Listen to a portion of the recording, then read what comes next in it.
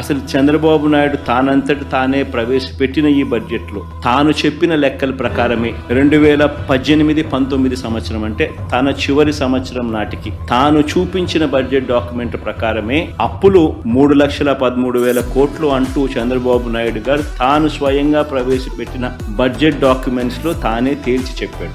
ఇదే అప్పును 2023-24 అంటే మన ప్రభుత్వం వైఎస్ఆర్సీపీ ప్రభుత్వం దిగిపోయే నాటికున్న అప్పులు 6,46,000 కోట్ల రూపాయలు అని చెప్పి తానే తేల్చాడు. అంటే 3,13,000 కోట్లు తాను దిగిపోయే నాటికి ఉన్న అప్పులు వైఎస్ఆర్సీపీ ప్రభుత్వం దిగిపోయే నాటికల్లా 6,46,000 కోట్ల రూపాయలను తానే తేల్చి చెప్పాడు. తాను ప్రవేశపెట్టిన బడ్జెట్ డాక్యుమెంట్లే సాక్ష్య ఆధారాలతో సహా ఇక్కడ ప్రవేశపెడతా ఉన్నాం.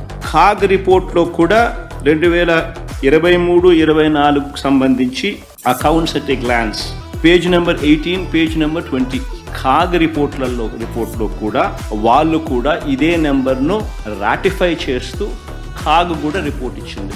అయ్యా అబద్ధాలు చెప్పడం ధర్మమేనా?